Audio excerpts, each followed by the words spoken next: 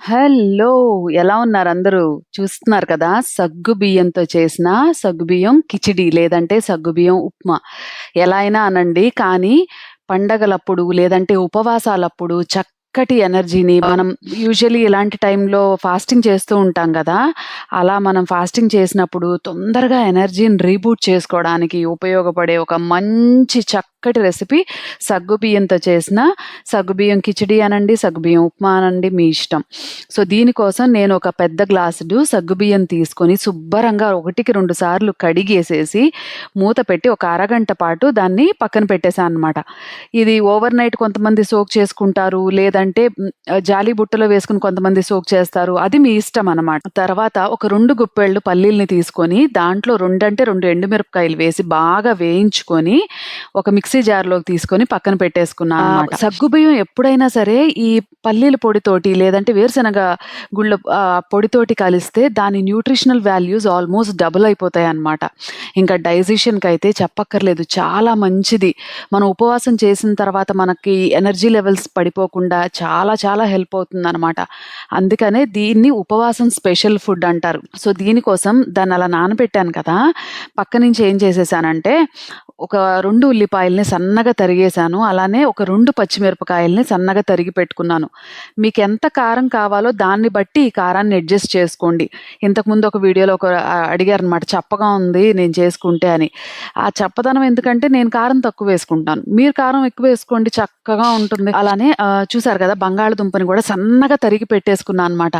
మళ్ళీ చెప్తున్నాను మనం యాడ్ చేసే ఇంగ్రీడియెంట్స్ అన్నీ కూడా ఉపవాసం చేసిన తర్వాత ఎనర్జీని రీబూట్ చేయడానికి కావాల్సినవి. ఇంకా హెల్తీగా వెయిట్ పెరగాలనుకునే వాళ్ళకి కూడా సూపర్‌గా పనిచేస్తదనమాట ఇది. నేను చెప్పినవి చాలా కొన్ని బెనిఫిట్స్. కానీ వీక్లీ వన్స్ ఏకాదశికి ఉపవాసం చేసినప్పుడు ఇలాంటి ఫుడ్స్ తీసుకుంటే మాత్రం అది హెల్త్‌ని చక్కగా నడుపుతుంది. డైజెషన్‌ని పెంచుతుంది. అండ్ చాలా చాలా మంచిది గూడా. చూసారు కదా! ఒక ఆల్‌మోస్ట్ 45 మినిట్స్ అయిపోయింది నేను నానబెట్టి. చూడండి అలా మెత్తగా అయిపోయినాయనమాట సగ్గుబియ్యం. వాటిని నేను చక్కగా వడపోసే దాంట్లో ఉంచేసాను. ఆరిపోతది. ఆ నీళ్లు దిగిపోతాయని జెప్పేసేసి.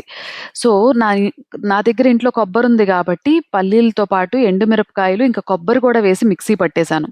అలానే కడాయిలో ఆయిల్ వేడి చేసుకొని, జీలకర్ర, ఆవాలతో పాటు కరివేపాకు వేసుకొని, శుబ్బరగా వేగిన తర్వాత పచ్చిమిరపకాయలు, ఉల్లిపాయలు, దాంతో పాటు సన్నగా తరిగి పెట్టుకున్న బంగాళదుంప ముక్కలు, వీటన్నిటిని వేసేసి శుబ్బరంగా చక్కగా సిమ్‌లో పెట్టుకొని వేయించేసాను. మనం కుక్ చేస్తున్నప్పుడు కూడా చూడండి ఎంత బాగా మనకి తెలుస్తుంది కదా! అది కుక్ అయ్యే విధానంలోనే తెలిసిపోతూ ఉంటుంది. ఇది ఎంత రుచికరంగా తయారవ్వబోతుంది అనేది. దీంట్లోనే ఇంకా కావాలనుకుంటే వెజ్జీస్ ఏముంటే అవి వేసుకోవచ్చు. నేనైతే ఏం చేశానంటే క్యారెట్‌ని తురిమేసాననమాట అలానే. సన్నగా తురిమిన క్యారెట్ ఏంటంటే ఒక 1, 2 మినిట్స్‌లో బంగాళదుంపలు సన్నగా తరిగాం గదా! ఆల్రెడీ అవి 3, 4 మినిట్స్‌లో మగ్గిపోతాయి. దీంతో క్యారెట్ కూడా ఉంటే చక్కగా కుక్ అయిపోతది మెత్తగా. తురిమేసాననమాట ఒక్క క్యారెట్‌ని. మీరు ఇంట్లో చిన్న పిల్లలున్నారు, పెద్దవాళ్ళున్నారు, ఇంకొంచెం హెల్తీగా చేసుకోవాలనుకుంటే ఎక్కువ క్యారెట్స్‌ని తురిమి వేసేసుకోండి. దీనివల్ల పెద్దగా ఫ్లేవర్, పెద్దగా స్వీట్‌నెస్ ఏమీ రాదు. చాలా బావుంటుంది. ఒక 3, 4 మినిట్స్ మగ్గితే సరిపోతుంది. ఎందుకంటే సన్నగా తరుక్కున్నాం కాబట్టి. దీంట్లోనే చూసారు కదా! జాలీ బుట్టలో వేసిన నానబెట్టిన సగ్గుబియ్యాన్ని యాడ్ చేసేసాననమాట. ఒక 3, 4 మినిట్స్ కుక్ అయితే చాలు. సగ్గుబియ్యం తొందరగా కుక్ అయిపోతుంది. ఎక్కువ కుక్ అవ్వలేదు అని అనిపిస్తే కొంచెం నీళ్లు చిలకరించి మగ్గించుకోవచ్చనమాట. నేనైతే అది కూడా చేయలేదు. ఎందుకంటే సగ్గుబియ్యం నానబెట్టాను కాబట్టి అందులో ఉన్న కొద్దిపాటి నీళ్లతోటే, కొద్ది మాయిశ్చర్ తోటే ఇది మంచిగా కుక్ అయిపోయిందనమాట. ఒక 3, 4 మినిట్స్ చక్కగా మూత పెట్టి కుక్ చేసేస్తే ఇదిగోండి ఇలా రెడీ అయింది. ఉప్పు, పసుపు వేసుకొని సరిజూసుకోండి ఇప్పుడు ఈ టైంలో. మెత్తగా అయిపోతాయి. ఆ క్రిస్టల్స్ లాగా ఉంటాయి కదా సగ్గుబియ్యము మెత్తగా అయిపోయి, చక్కగా నోట్లో తింటుంటేనే ఒక ఫ్లేవరొస్తుంది. ఇక్కడ ఈ స్టేజ్‌లో నిమ్మకాయ రసం వేసుకోవచ్చు. నేను వేసుకోలేదు.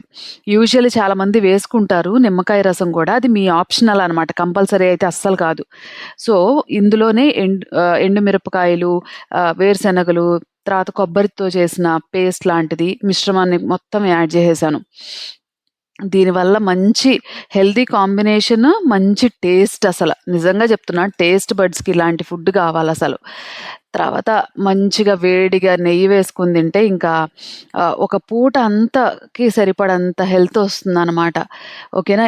ఈ పల్లీలు వేయటం కూడా చెప్పాను కదా! మెగ్నీషియం, పొటాషియం లాంటివి సూపర్‌గా బాడీకి రీచ్ అవుతాయి.